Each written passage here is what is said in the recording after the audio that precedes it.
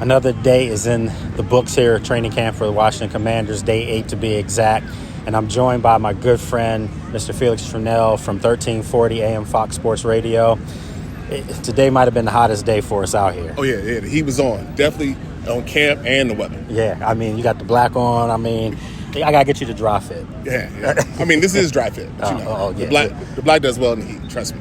So, look, the heat was on the field as well. I mean, guys are getting after it. We've been talking about how over the past few days, few practices, they've really been ramping them up. We've seen a lot of 11-on-11s, one-on-one drills. Do you feel like that was by design, that the dog days of summer now are here and now they're getting after it? I think so. I mean, camp started slow. It was a short practice to start out, and we kind of looked around like it's a little different. But as you can see, the intensity is just ramped up, and the competition, I think, is the biggest key. And so we see the guys competing hard, yeah. and it lends itself to good competition. Yeah, and it also leans guys to getting a little testy. Yeah. I mean, yesterday saw John Allen get pushed down by Cosme. I mean, that's just the nature of the business.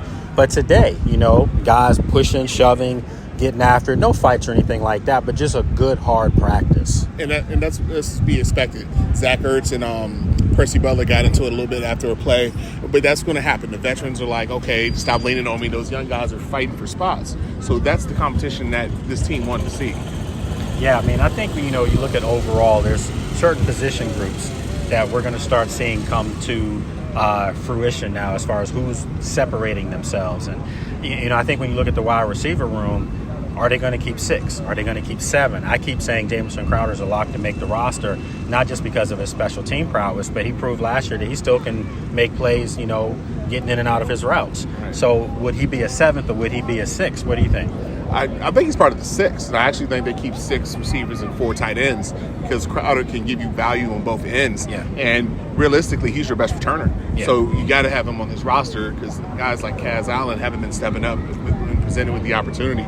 So I think Crowder's part of the 6 that makes this team as far as wide receivers. I'm going to throw a wrinkle out there. See, I think because they're going to keep 3 running backs. I think obviously B-Rob, Austin Eckler, and Jeremy McNichols. I think those are your 3.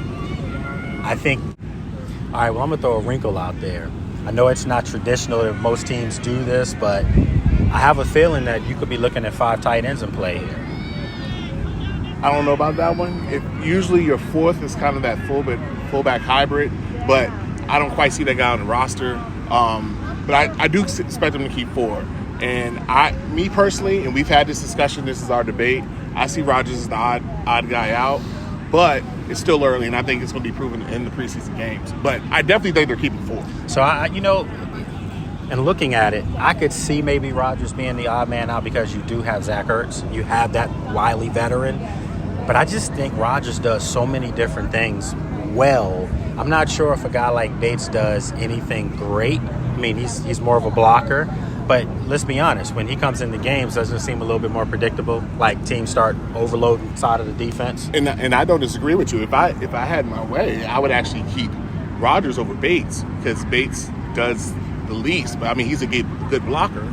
But I think Rodgers is still building himself back off that injury from last season. And he just doesn't look as explosive as the other guys. But Ertz, we know, is going to be leading the room. And we know Sanat's going to be there. That's a draft pick here. So you're evaluating those 3.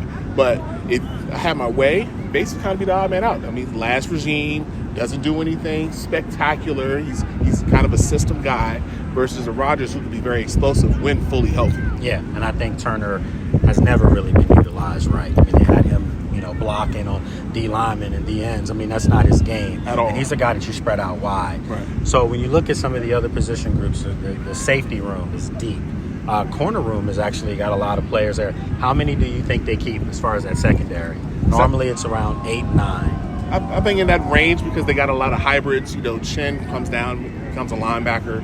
Forrest can do the same. So I think you probably 8, maybe 9. But you got to remember Reeves. And then Reeves is your special teamer. It's your special teamer. And then, with those linebackers who can play down, because like a Fowler's playing linebacker, then he's lining up and in. Yeah. Or, so I think they keep 8 traditional, but there's a lot of flexibility in the Joe Witt defense, and I think that's what they're going after.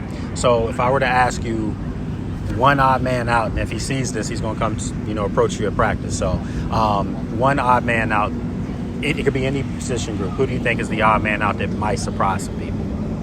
I don't know if it's going to surprise people, but Fedarian Mathis is mine. That was mine. It's mine. I think just the way the line is constructed now, and you see some guys that are being moved more hybrid. You're getting away from that traditional 0 tech, 1 tech sort of guy. Mathis, that's what he is. And with Newton there, if Newton's healthy, Newton is by far the more explosive player. So Mathis would be my 1, Bates would be my 2, and then if we're going to go way, way, way out left field, Benjamin St. Juste. Okay. He said it, folks. I want y'all to remember that Felix said that from 1340 Fox AM Sports Radio, because I think that's total hogwash. But you, my boy, I'm going to go out and say if there is another guy that could be a surprise, I might say De'Ami Brown. You know, because there's so many guys. A guy like Bryson Tremaine from Stanford, he's having a hell of a camp. And sometimes you just don't want to let those guys go. I mean, he's got size 6'4", 6'5". So those are the type of players that sometimes you need, that big possession receiver. And he's making some great catches here in camp. So, folks, had to bring my guy on, get his insight on what he's seeing with this Commanders team during training camp. Day 8 in the books. We'll be back, obviously, here on Sunday for day 9. And we'll let you know all the new wrinkles, all the notes, news, and all the good stories that we have coming out of here from Ashburn. I'm Lake Lewis, Felix Trammell.